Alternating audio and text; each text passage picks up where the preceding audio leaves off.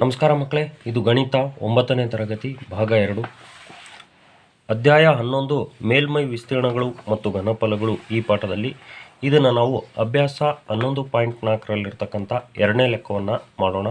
ಈ ಕೆಳಗಿನಂತೆ ವ್ಯಾಸವನ್ನು ಹೊಂದಿರುವ ಘನ ಗೋಳಾಕಾರದ ಚೆಂಡು ಸ್ಥಳಾಂತರಿಸುವ ನೀರಿನ ಪ್ರಮಾಣವನ್ನು ಕಂಡುಹಿಡಿಯಿರಿ. ಅಂದರೆ ಚೆಂಡು ಅಂತಕ್ಕಂಥದ್ದು ನೀರಿನಲ್ಲಿ ಬಿದ್ದಾಗ ಎಷ್ಟು ನೀರನ್ನು ಹೊರಕ್ಕೆ ಹಾಕುತ್ತೆ ಅಂದರೆ ಅದರ ಘನಫಲದಷ್ಟು ನೀರನ್ನು ಹೊರ ಹಾಕುತ್ತೆ. ಹಾಗಾಗಿ ನಾವು ಘನಫಲವನ್ನು ಕಂಡುಹಿಡಿಬೇಕು.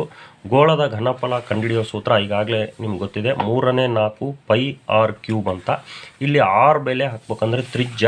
ಇಲ್ಲಿ ನಿಮ್ಮ ಲೆಕ್ಕದಲ್ಲಿ ಕೊಟ್ಟಿರೋದು ವ್ಯಾಸ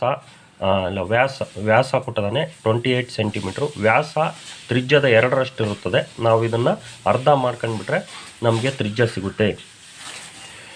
ವ್ಯಾಸ 28 ಸೆಂಟಿಮೀಟ್ರ್ ಕೊಟ್ಟಿದ್ದಾನೆ. ತ್ರಿಜ್ಯ ಅದರ ಅರ್ಧದಷ್ಟು ಅಂದರೆ 2ರಿಂದ ಭಾಗಿಸ್ಬೇಕು. 2 1 2 2 1 2 2 4 8 14 ಸೆಂಟಿಮೀಟ್ರ್ ತ್ರಿಜ್ಯ ಆಗುತ್ತೆ. ಅಂದರೆ r. ಇಲ್ಲಿ ಘನ ಗೋಳಾಕಾರದ ಚೆಂಡು ಸ್ಥಳಾಂತರಿಸುವ ನೀರಿನ ಪ್ರಮಾಣ ಚೆಂಡಿನ ಘನಫಲ ಆಗಿರುತ್ತೆ. ಘನಫಲದ ಸೂತ್ರ V 3/4 πr³. 3/4 ಹೆಂಗೆ ಬರ್ಕೊಂಡು ಪೈನ ಬೆಲೆ 722 ಇಂಟು r ಅಂದರೆ 14 ಸೆಂಟಿಮೀಟ್ರ್ ಇದೆ. ಹಾಗಾಗಿ 14⁻3. 14ನ್ನು ನಾವು 3 ಸತಿ ಗುಣಿಸಿ ಬರ್ಕೊಂಡ್ವಿ. ಇಲ್ಲಿ 7 1 7 7 2 14 ಆಗುತ್ತೆ. ಹಾಗಾಗಿ 4 2 8 4 2 8 88 ಆಯಿತು. ಇಂಟು 2 ಹಂಗೆ ಬರ್ಕೊಂಡ್ವಿ. 14 ಇಂಟು 14 ಇಲ್ಲಿ ಗುಣಿಸ್ಕೊಂಡ್ವಿ, 196 ಬಂತು. 196 ಬರ್ಕೊಂಡ್ವಿ. ನೆಕ್ಸ್ಟ್ 88 ಇಂಟು 2 ಗುಣಿಸ್ಕೊಂಡ್ವಿ, 176 ಬಂತು. 176ನ್ನು ಮತ್ತೆ ನಾವು 196ರಿಂದ ಗುಣಿಸ್ಬೇಕು. ಸ್ವಲ್ಪ ಗುಣಿಸೋದು ನೀವು ಇಲ್ಲಿ ಮಾಡಲೇಬೇಕಾಗುತ್ತೆ, ಯಾಕಂದರೆ ಅಲ್ಲಿ ಕ್ಯಾಲ್ಕುಲೇಟರ್ ಇರಲ್ಲ, ಏನೂ ಇರಲ್ಲ, ನೀವೇ ಕ್ಯಾಲ್ಕುಲೇಟರ್ ಆಗಬೇಕಾಗುತ್ತೆ. ಇಲ್ಲಿ ಎಷ್ಟು ಬಂತು, ಸ್ವಲ್ಪ ನಿಧಾನವಾಗಿ ನೋಡಿ ಮಾಡಬೇಕು. ಇಲ್ಲಿ 3 ಅಂಕಿ ಅಂದರೆ 3 ಅಂಕಿಯಿಂದನೂ ಗುಣಿಸ್ಕೋಬೇಕಾಗುತ್ತೆ. 34,496 ಬಂದೈತೆ. 3ರಿಂದ ಭಾಗಿಸ್ಬೇಕು. ಇದನ್ನು ಕೂಡ ನೀವು ಭಾಗಾಕಾರ, ನೀವು ಹೆಂಗೆ ಕಲ್ತಿರ್ತೀರಿ 1ನೇ ಕ್ಲಾಸಿಂದನೂ ಭಾಗಾಕಾರ ಕಲ್ತಿರ್ತೀರಿ, ಅದೇ ರೀತಿ ನೀವು ಭಾಗಾಕಾರ ಮಾಡಿದಾಗ 11,498.66 ಸೆಂಟಿಮೀಟ್ರ್ ಕ್ಯೂಬ್ ಬಂದಿದೆ. ಇದು ಯಾವುದಿದು 28 ಸೆಂಟಿಮೀಟ್ರ್ ವ್ಯಾಸ ಕೊಟ್ಟಾಗ ಘನಫಲ ಅಂದರೆ ಇಷ್ಟು ಒಂದು ಘನಫಲದ ನೀರನ್ನು ಅದು ಹೊರಗೆ ಚೆಲ್ತದೆ. ನೆಕ್ಸ್ಟ್ ಎರಡನೇದು 0.21 ಮೀಟ್ರ್ ವ್ಯಾಸ ಕೊಟ್ಟಿದ್ದಾನೆ. ಅದರ ತ್ರಿಜ್ಯ ಕಂಡು ಹಿಡ್ಕೊಳ್ಳೋಣ. 2ರಿಂದ ಭಾಗಿಸೋಣ. 2ರಿಂದ ಭಾಗಿಸಿದರೆ 2 1 2 2 0 0 ಆಗುತ್ತೆ.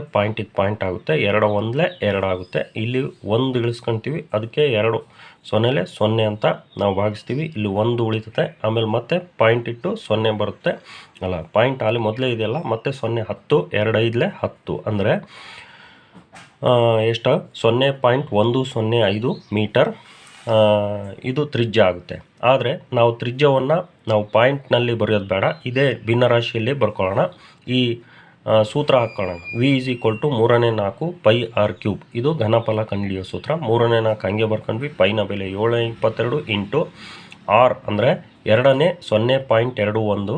ಇದು ಭಾಗಿಸಿ ಇಟ್ಟಿದ್ದೀವಿ. ಭಾಗಿಸ್ದಂಗೆ ಅದೇ ಸೇಮನ್ನು ಇಡೋಣ. 2ನೇ 0.21 3 ಸತಿ ಬರ್ಕೊಂಡ್ವಿ ಕ್ಯೂಬ್ ಇರೋದ್ರಿಂದ.